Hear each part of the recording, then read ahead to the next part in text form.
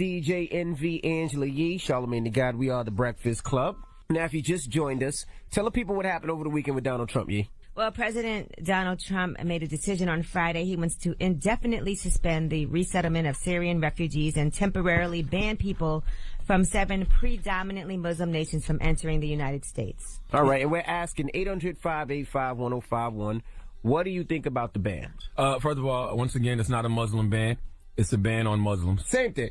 And like I said during Donkey of the Day, it seems to me the only people being hassled and inconvenienced by this ban is regular, everyday, foreign-born Muslims who have all the proper credentials. Because if you just look at Americans since 9/11, homegrown white supremacists and similar extremists have killed more Americans in the U.S. than Islamic terrorists. Okay, so I don't see where the threat is. I just really don't. I don't see it either. The stat I read during Donkey of the Day is from the Cato Institute. It said that the odds of an American being killed by an immigrant terrorist of faith are 1 in 3.6 million. The odds of being killed by a refugee specifically are even higher, 1 in 3.6 billion. So I don't see the point in profiling Muslims. Where's this irrational fear coming from? Right. Well, let's go to the phone lines. Now, I just want to say one last thing too. Just because you're Muslim, that does not mean that you're a terrorist. Okay? Of course not. People who are Muslim do not like ISIS. They do not like Islamic extremism either. There's people who are fleeing from their countries because of it. Right. Hello, what's your name, sir? Ron, now you agree with Donald Trump and you agree with the ban? I mean, to a certain extent, it's Why? Politics is local. Like, ask somebody that lost something in 9/11. Do they agree with Trump? I heard the stories. I'm sitting back. I'm listening to the Muslim man who builds houses, and it was touching. I was like, dag, man, it's messed up. Right. He definitely jumped the gun with it. He definitely didn't have a plan in place. Like, he doesn't seem to have a plan in place for anything. Like, he canceled Obamacare, doesn't have anything to give people for insurance. He put the ban on, doesn't have a proper vetting system. But to a certain extent, like me personally, it doesn't matter. My sister's in the army. She's in Germany. She's coming back with him. So, like, politics is local. That's the point I'm trying to make. But I understand what you're saying, man. And listen, if you can prevent another 9/11, by all means do it. But it has to be a better vetting process that properly represents the liberty and justice for all that this country is supposed to be about. Hello, who's this? Yeah, my name is Gil.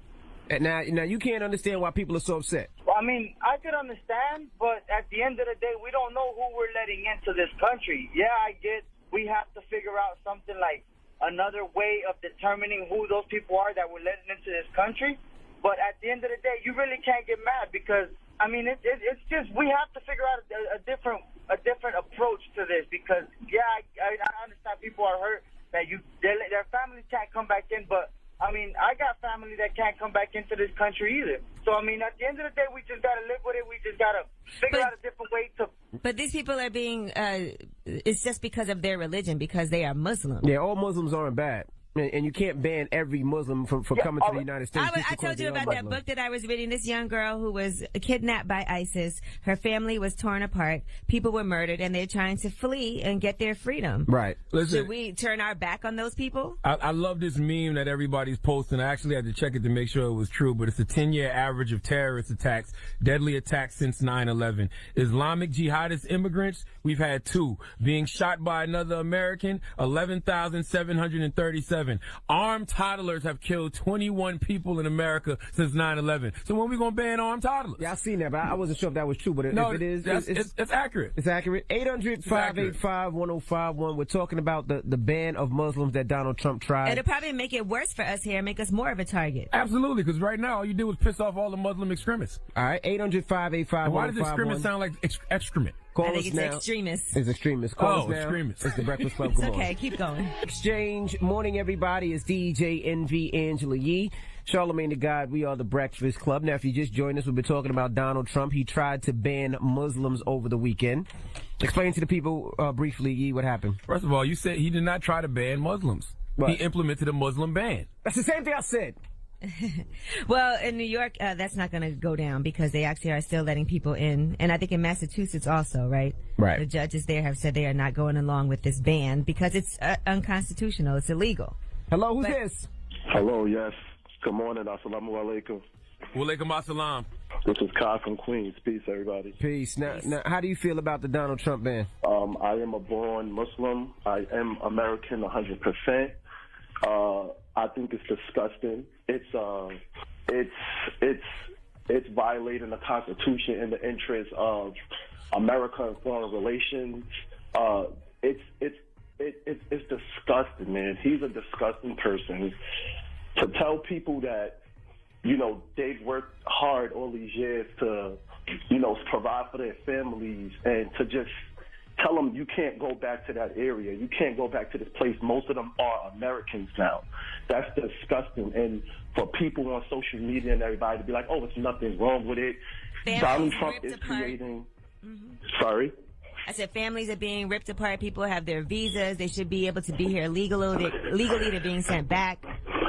But what I think what's happening and what we don't realize is he's creating a post-9/11 tension in the air that people are now afraid again of Muslims. Look what just happened in Quebec.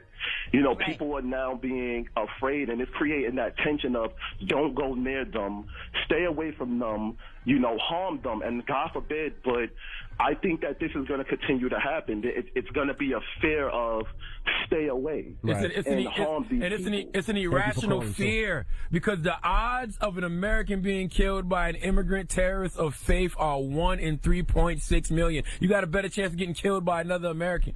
You got a better chance of getting struck by lightning. But he's playing in the fears of the people for majority of it as well. Now, if you look on Bloomberg.com, they also talk about Trump's immigration ban does not include countries where he has business ties. So any place that he's done business or he has pursued potential deals, they are not included in that ban, even though they're Muslim majority countries. Hello, who's this? Good morning. Hey, good morning, man. What do you think about the Trump ban? You know, I think you guys are making it out to be a little bit differently. You all have a huge influence on the community and a lot of listeners, and I think a lot of people that are going to go to work today thinking some things. I really want to make that known it's only 7 countries, and it's only for 120 days. We said that. But he said it's a ban of all Muslims. And there's a lot of countries, Saudi Arabia, lots of other countries, people can come. Where Donald Trump does business. And there's lots of other Muslim countries, too. I just want to make sure that you're putting the information out there so people have a clear understanding, because you have an important voice in the community, and people are going to hear it and going to go to work with a certain idea. No, you're right, sir, but I want to ask you a question. If it's not a Muslim ban, what is it? It is a ban on countries where Muslims are from. Right. Which majority Muslims? There certainly are, but there's a whole lot of Muslims in Saudi Arabia. There's a whole lot of Muslims in other countries as well.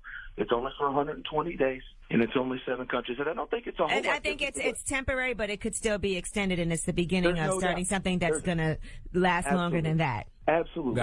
You're okay with the ban? You're right. So I just want to be clear, because I understand. I like your point. It's not a Muslim ban. It's a ban on Muslims for 120 days. It's a ban on people from those 7 countries for 120 days. And you agree with it?